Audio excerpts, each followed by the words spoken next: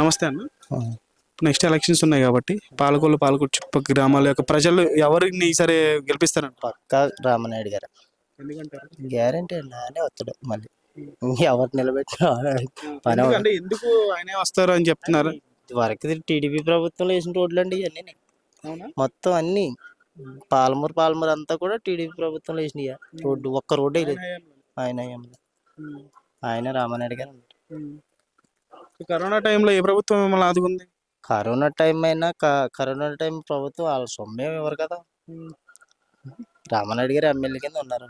ఆయన తీసి పక్కనట్టు ఏదో వాళ్ళు మెయింటెనెన్స్ చేసినట్టు చేశారు. ఉమ్, అది వాళ్ళ జేబులో డబ్బు ఏం కాదు. ఉమ్. రామనాయుడికి వేస్తాం మేము ఓటు మళ్ళీ. మొత్తం ఆయనే చేశారా? ఆయన అంటే ప్రస్తుతం ఇక్కడ పోటీ ఎలా ఉందంటారు రాజకీయ పరంగా పాలకొల్లు చుట్టుపక్కల? రాజకీయ పరంగా అయితే ఇంకా పాలకొల్లు రామనాయుడు గారిని మించిన వాళ్ళు ఇంకా రారండి. ఉమ్, రామనాయుడు గారు వస్తారు. ఉమ్. ఎంత అవతల ఎంత స్ట్రాంగ్ లీడర్ ఉంది అసలు స్ట్రాంగ్ ఎక్కడ ఉందండి అలానే. వైసీపీ కనపడదు అసలు చుట్టుపక్కల. అసలు.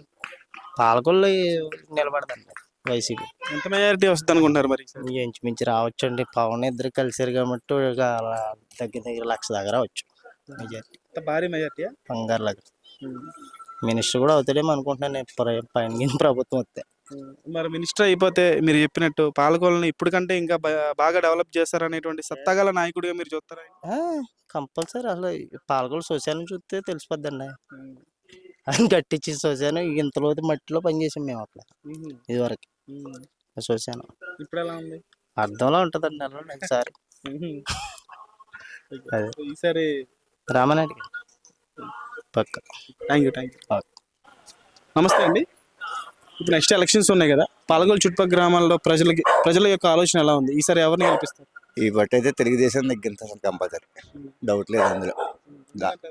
ఎందుకంటే ఈయన చేసేదన్నీ కూడా మన సరిగ్గా చేయట్లేదండి. ఆయన ఏదో చేసేసాను అనుకుంటున్నాడు కానీ పనులు అయితే చేయట్లేదు. లేబర్కి ఏం అందుతలేదండి, ఉన్న వాళ్ళకే అందుతున్నాయి. ఎవరికి ఏం చేసినా ఇప్పుడు రైతు భరోసా ఇవన్నీ వేస్తున్నానంటే రైతులు ఉన్న వాళ్ళకే తప్పండి. లేనివాడు ఎవడున్నాడండి? లేనివాడికి ఏమీ లేదు. రైతు ఉన్నాడంటే రైతుకి వెళ్ళిపోతుంది. రైతు చేసేవాడికి కూడా ఏమి లేదు. రైతు కష్టాలను ఇక్కడ లోకల్ గా అర్థం చేసుకుని సమస్యను పరిష్కరించేటువంటి నాయకుడు ఎవరున్నారు ఇక్కడ? ఇక్కడైతే మన రామనాయుడు గారు గమ్మున ఆదుకుంటున్నారండి. ఏదైనా దేనికైనా తెలుగుదేశం తరఫున అయితే ఆయన అయితే డౌట్ లేదు అందులో. అదండి పోటీ ఎలా ఉందంటారు ఇక్కడ రాజకీయం? ఓటీ అయితే పాలకొల్లు సీట్ అయితే రామనాయుడు గారు డౌట్ లేకుండా గెలిచిపోతారు. మాకైతే ఆయన వస్తాడు కంపల్సరీ. సో కరోనా టైంలో ఒక 2 సంవత్సరాలు మనకి బయటికి రానటువంటి పరిస్థితి ఏర్పడింది. ప్రజలందరూ కూడా చాలా ఇబ్బందులు పడ్డారు. ఇప్పుడు ఈ ప్రభుత్వం ఎటువంటి సహాయ సహకారాలు అందించారు మీకు? అప్పుడైతే లోన్ అయితే ఇచ్చారండి, మళ్ళీ కట్టడం చేసామండి అంతే. మళ్ళీ కట్టరు, బ్యాంకు వాళ్ళు ఊరుకోరు కదండి. అది ఊరిని ఇవ్వలేదండి. మళ్ళీ కట్టరు, వడ్డీతో కడిగి ఉండదండి. అది అదండి, ఊరిని ఇవ్వలేదు అంతే అండి. లోకల్గా అంటే మన జనాలు ఇచ్చారండి కొంచెం. ఇక్కడ మాకు జనాలు కూరగాయలు అయ్యని ఇవన్నీ మొన్న వాళ్ళు అన్న ఇచ్చారు. ప్రభుత్వం అది ఏమి ఇచ్చేలేదండి. అది. సో ఈసారి మెజారిటీ ఎంత ఎక్స్పెక్ట్ చేస్తున్నారు? మెజారిటీ ఎలాగైనా తెలుగుదేశం వచ్చేద్దండి.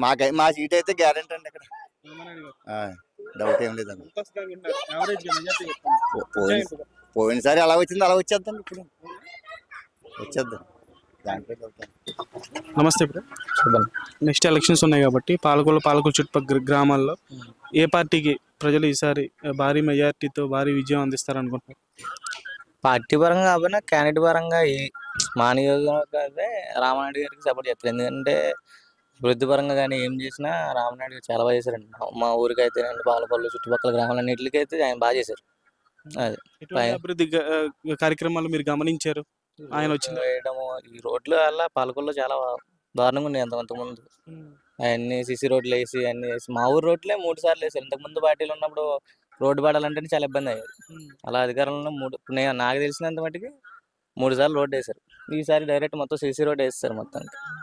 అప్పుడు ప్రభుత్వం మారాక కొన్ని ఇబ్బందులు పడ్డారు, కానీ అలాగే ఏదో చేసి రోడ్డు వేస్తారు మొత్తం అంతే. ఎంత మెజారిటీ వస్తుందని అనుకుంటున్నారు మరి ఏ పార్టీకి ఈసారి? ఏదైనా ఓటింగ్ పర్సెంటేజ్ అంటున్నారు. మెజారిటీ అంటే కూటమి కదండి ఇది. అవన్నీ ఇంకా సర్దుబాటు కాలేదు. సర్దుబాటు అయిన కాడి నుంచి చూసుకొని జాగ్రత్తగా చేయాలండి. టీడీపీ జనసేన ఖచ్చితంగా చేయాలి.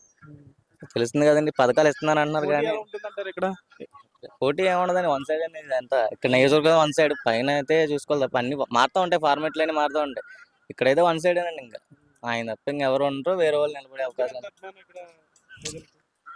ఆయన పార్టీ పరంగా ఏం చూడండి, ఏదైనా కష్టం వస్తే ఆయన డైరెక్ట్ వచ్చి నేను ఉన్నానని చెప్పి అన్ని చేసి అసలు అలానే ఏముండదండి. ఆయన ఇంట్లో కంటే బయట ఎక్కువ ఉంటారండి, ఇంకా ప్రజల్లోనే ఎక్కువ ఉంటారు. అసలు మొత్తానికి సమస్య లేదండి వాళ్ళు. ఇటువంటి నాయకుడిని మీరు గతంలో ఎప్పుడేం చూసారు? ఎవరు లేదు నాకు చూడలేం కూడా నాకు తెలిసి అయితే. ఎలా పవన్ కళ్యాణ్ గారు ఎలాగా వచ్చి చేయగలుగుతున్నారో ఆ సేమ్ అదేమండి, అసలు సమస్య లేదండి అసలు. మీకు ఏదైనా జరిగితే వెంటనే రెస్పాండ్ అయిపోతే చాలా ఫాస్ట్గా ఉంటారండి. మనం ఏదో ఇన్వైట్ చేసినా కానీ ఆయన తప్పనిసరిగా వచ్చి మనకు అందుబాటులో ఉంటారు. మనం వెళ్ళాక కూడా మనల్ని రిసీవ్ చేసుకోవడం కానీ మన సమస్యలు ఏం తెలుసుకోవడం కానీ చాలా బాగా చేస్తారండి. ఈసారి కూడా భారీ విజయం ఉంటుంది. భారీ అసలు చెప్పగలదండి, అది మొన్న బట్టే వన్ సైడ్ అది అది ఇప్పుడు ఎక్స్ట్రా ఎవరు నిలబెట్టినా కానీ ఆయన వన్ సైడ్ అయిపోద్దండి, అసలు సమస్య లేదు. Thank you. నమస్తే అండి. నమస్తే. ఇప్పుడు నెక్స్ట్ ఎలక్షన్స్ ఉన్నాయి కదా, పాలకొల్లు చుట్టుపక్కల గ్రామాల్లో ప్రజల ఒక ఆలోచన విధానం ఎలా ఉంది? ఏ పార్టీని గెలిపిస్తారు అనుకుంటున్నారు ఈసారి? మన తెలుగుదేశం వస్తుందండి. మేము ఇప్పుడు కూడా ఎన్టీ రామారావు గారి నుంచి మేము ఇప్పుడు తెలుగుదేశమే. నేను కూడా ఎంక్వైరీ చేస్తున్నాను, సర్వే చేస్తున్నాను. ప్రతి ఒక్కరు కూడా మన తెలుగుదేశం వస్తుందని గ్యారెంటీ ఇస్తున్నాను. ఏ నాయకుడికి ఇక్కడ ఎక్కువ మన నిమ్మల నారాయణ రామానాయుడు. ఆయనకేనండి. ఆయన చాలా మేలు చేశాడు, చాలా మంచి మంచి పనులు చేశాడు. ఆయన నిజంగా పూజించుకోవాల్సిందే ఓ దేవుళ్ళ. మంచి పనులు చేశాడండి. దేనికైనా సరే ఆయన ఆదుకున్నాడు. నాలాంటి బక్కోడు వెళ్ళినా ఆయన బయటకు వచ్చి పలకరించి ఛాయ్ తాగమని చెప్తారండి. చాలా విధానమైన మనిషి అండి ఆయన, మహానుభావుడు. అటువంటి నాయకుడిని మీరు గతంలో ఎప్పుడేం చూసారు? చూడలేదు, నేను ఎప్పుడు చూడలేదు. అలాంటి మహానుభావుడు 10,000కి రావాలి, 10 మందికి మేలు చేయాలని మేము కోరుకుంటున్నాం. ప్రస్తుత పరిపాలనలో రేట్లు, కరెంట్ బిల్లు కానీ ఇంకా మిగతా సమస్యలు కానీ ఏమైనా ఉన్నాయి? మీకు ఎలా అనిపిస్తుంది ఈ పరిపాలన? ఈ పరిపాలన అసలు మాకు నచ్చలేదండి. ఈ జగన్ పరిపాలన అంత దారుణం ఏం లేదండి. పావలు ఎత్తున్నాడు, 30 దింగేస్తున్నాడు. చాలా దారుణం అండి ఈ పరిపాలన. మాకు గతంలో ఎలా ఉందా పరిపాలన? లేదు, గతంలో ఇలా లేదండి. చాలా దారుణం ఉండు. ఏమైనా కొనుక్కు తినాలంటే మాకు 700 కూలి ఇచ్చినా మాకు సరిపోతలేదండి. ఏం చేస్తుంటారు మీరు? మేము లేబర్ పని చేస్తూ ఉంటాం, తాపి పని గారికి వెళ్తాను. మరి ఈ సమస్యలన్నీ కూడా రామానాయుడు గారు గెలిచిన తర్వాత అన్ని తీరుస్తారనేటువంటి నమ్మకం మీకుందా? ఉందండి, గ్యారంటీగా తీరుతారండి. ఆయన తలుసుకున్నాడంటే ఆయన మాట అంటే మాటే, మాటకు నిలబడతాడండి. ఆయన మహానుభావుడు అండి. ఆయన గురించి ఇంకా ఎవరికి చెప్పక్కర్లేదండి. పోటీ లేదా ఇక్కడ పాలకొల్లు చుట్టుపక్కల గ్రామాల్లో రాజకీయ పరంగా? ఉన్నదండి, ఉన్నా కానీ ఎవరు పోటీ చేసినా రారండి. ఆయన అలాగా సీట్లో అలాగ కూర్చున్నాడంటే ఆయనే గెలుస్తాడు, ఆ మహానుభావుడే గెలుస్తాడు. ఈసారి భారీ మెజార్టీ. భారీ అంటే మహోమాద్రి మెజార్టీ కదండి, భారీ మెజార్టీ. Thank you. థ్యాంక్స్. నమస్తే అమ్మ. నమస్తే అండి. నెక్స్ట్ ఎలక్షన్స్ ఉన్నాయి కదా, మరి పాలకొల్లు చుట్టుపక్కల గ్రామాల్లో ప్రజలు ఈసారి ఏ పార్టీని గెలిపిస్తారని మీరు అనుకుంటున్నారు? తెలుగుదేశమే వస్తుందని బాగుంటుందని అనుకుంటున్నామండి. ఎందుకంటారు? ఆయన అన్ని చేస్తున్నారు కదండి, మరి మనకి మంచి జరుగుతుందని ఇంకా ప్రజలు మొత్తం అందరూ అదే అనుకుంటున్నారండి. ఈయన వచ్చినా కొంచెం ఏమీ జరుగుతులేదు కదా, ఈయన ఉంటే అన్ని బాగుంటాయి, పిల్లల అభివృద్ధి, గ్యాస్ ఇవన్నీ అని అంటున్నారు కదండి. గ్యాస్ గురించి, బస్సు ఛార్జీలు ఇవన్నీ బాగుంటున్నాయని అభిప్రాయం పడుతున్నారండి. ఈయన తెలుగుదేశం వస్తేనే బాగుంటుంది అంటున్నారండి. ఇక్కడ లోకల్ గా మీకు ఏ నాయకుడు అందుబాటులో ఉంటారు? ఏ సమస్య అయినా సరే వినే నాయకుడు? రామానాయుడు గారేనండి. ఆడవాళ్ళ విషయంలో ఏదైనా చేయాలన్నా, లేని వాళ్ళకి ఏ చేయాలన్నా ఆయన ముందుకు వస్తారండి. మరి అందుకే ఇంకా మేము కూడా ఆయనకే చేస్తామండి. ఇప్పుడు ఇంకా ఆయనే రావాలని కోరుకుంటున్నామండి. మరి సో ఈసారి మంచి మెజారిటీ వస్తుంది అనుకుంటున్నారా ఆయనకి?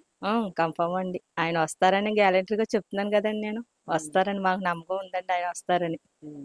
ఆయన మాట్లాడే విధానం, ప్రజల్లో ఉండే విధానం ఎలా అనిపిస్తుంటుంది మీకు? అంతే చాలా బాగుంటదండి. ఆయన ప్రజలతో చాలా ఐకమత్యంగా ఉంటారు. ఆయన గొప్ప అని ఏమి ఉండదండి. ఆయన మనకి కంఫర్ట్ గా ఫ్రీగానే మాట్లాడతారండి. గొప్ప పేద విభేదం అని ఏం, కులం మతం అని ఏమి చూపించరండి.